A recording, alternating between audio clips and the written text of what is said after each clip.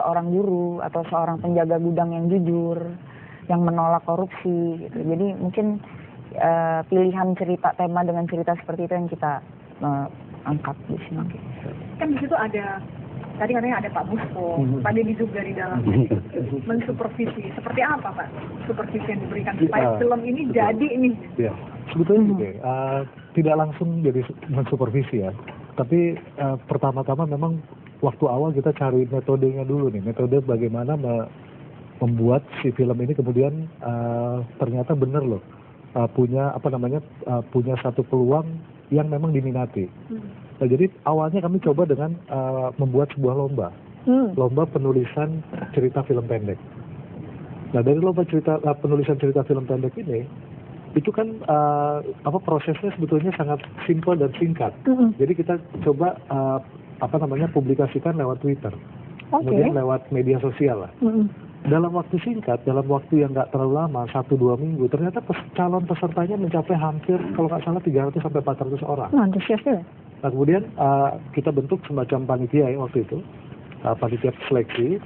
Mas Abdul juga ikut di dalamnya, kemudian ada beberapa tokoh masyarakat ya terlibat, ada Ibu Zubrotin, kemudian ada Ibu Eva Sundari dari Komisi 3 ya, waktu itu ikut untuk menilai isi dari cerita pendek yang ditawarkan. Kemudian akhirnya kita mendapatkan ada 4 cerita yang awal sekali ya, sekali kemudian menjadi bahan untuk workshopnya Mbak Ine tadi. Nah, jadi proses ini kita bawa ke dalam workshop. Kebetulan Pak Busro Mukoddas waktu itu masih sebagai pimpinan KPK, ketua KPK waktu itu. Beliau in charge, beliau langsung menyampaikan ide-idenya, dan prosesnya kemudian bergulir. Saya kira akhirnya setelah ditransfer ke wilayah seni atau kesenian, saya kira akhirnya teman-teman ini bisa menerjemahkan yang tadinya dari sebuah ide cerita menjadi sebuah film. Saya kira juga ini merupakan suatu hal yang luar biasa. Tapi saya melihatnya begini juga. Mungkin mereka pun salah satu di bawah sadar teman-teman ini memang ada kebencian lah terhadap orang. Jadi eksekusinya saya melihatnya sangat eksekusinya ini sangat dahsyat ya. Kami melihatnya sangat dahsyat. Sampai hari ini sudah ditonton mungkin 25.000 orang. Bayangkan. Ini belum masuk bioskop, tapi antusiasmenya setiap hari bergulir. Kami coba metode-metode langkah-langkahnya nih kita coba ya untuk coba bagaimana memasifkan film ini.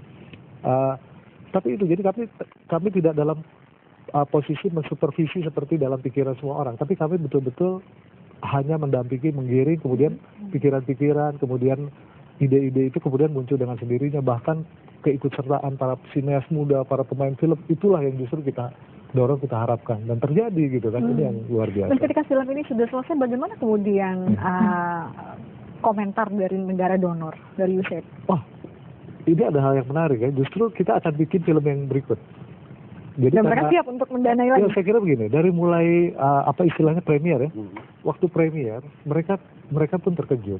Ternyata pertama yang mereka apresiasi adalah hasilnya. Mereka nggak pernah berpikir bahwa hasilnya seperti yang terjadi sekarang. Mereka tidak pernah menduga bahwa edukasi tentang korupsi bisa hasilnya seperti ini. Orang berpikir begini, jangan-jangan ada film KPK gitu, ada orang kejar-kejaran kan, kejar polisi. Saya kira ini film yang saya kira sangat brilian ya untuk prosesnya sangat dahsyat, kemudian hasilnya juga kena gitu ya, mengena gitu kan. Bahkan mohon maaf nih, Pak Wapres Pak Budiono pernah menonton dan beliau menitikan air mata melihat film ini. Saya kira itu satu hal. Tapi Mas Abdul happy dengan hasilnya? Ya, dalam dunia kreatif nggak boleh puas sebenarnya.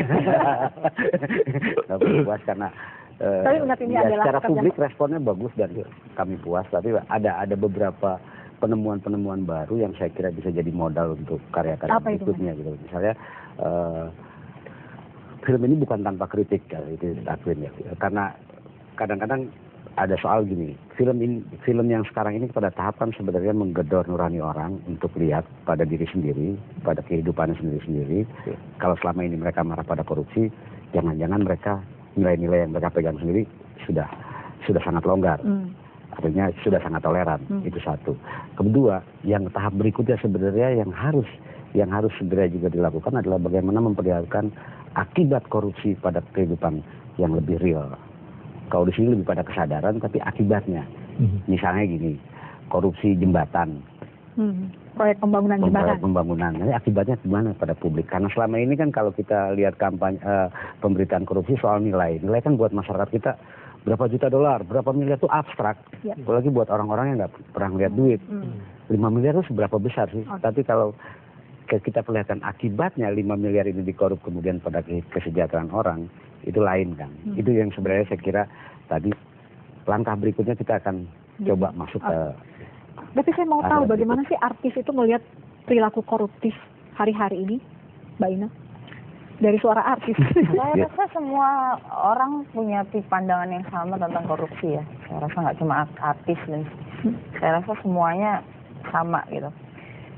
Bahwa memang mungkin kadang-kadang kita sebagai manusia yang hidup di Indonesia ini dengan sistem yang agak absurd. Mungkin kita tanpa sadar juga melakukan korup. Gitu. Karena memang sistem yang sangat longgar, yang sangat nggak teratur kan. Kadang-kadang misalnya seperti apa ya, melanggar lalu lintas, itu sebenarnya itu adalah korupsi kan. Dan korupsi sendiri itu adalah satu tindakan yang merugikan orang banyak.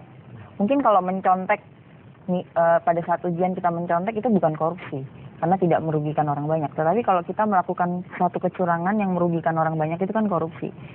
Nah itu saya rasa masyarakat Indonesia kenapa kadang-kadang nilai korupsi itu nggak terlalu kelihatan nyata, karena memang udah kayak mendarah daging gitu di. Jadi kita sendiri juga kadang-kadang wah korup nggak ya gue gitu. Mas Abdul, film ini tidak diputar secara komersial.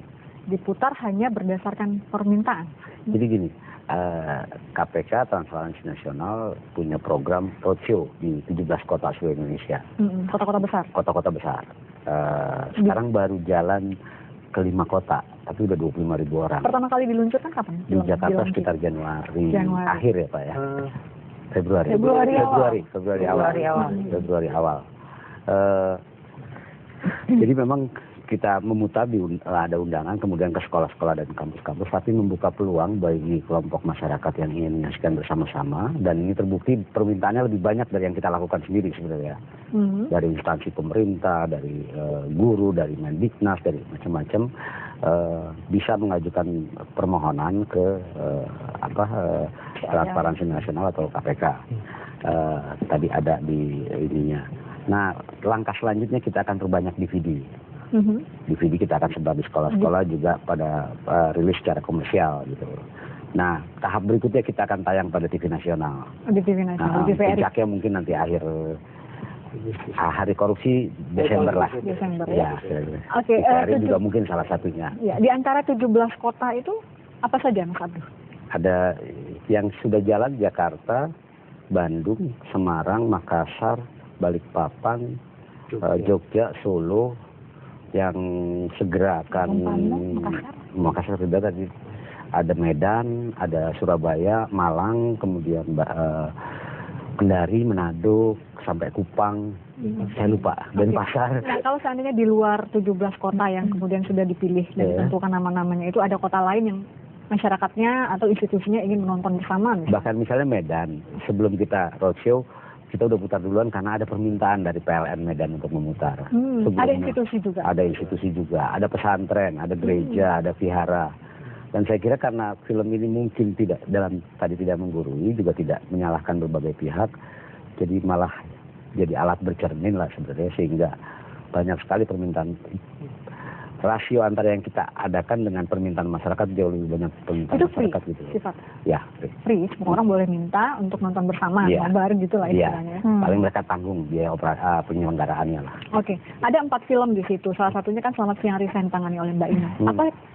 Apa sebetulnya cerita dalam Selamat Siang Risa itu? Mungkin bisa dibagi kepada pemirsa. Ya, sebenarnya ini cerita tentang seorang kepala gudang yang sangat memegang amanah pekerjaannya, dan ketika dia dihadapkan dengan kondisi di mana keluarganya sangat membutuhkan uang, anaknya sakit dan sebagainya, berasnya sudah habis, dan tiba-tiba dia harus punya uang pada saat itu. Lalu ada seorang Cukong datang untuk menawarkan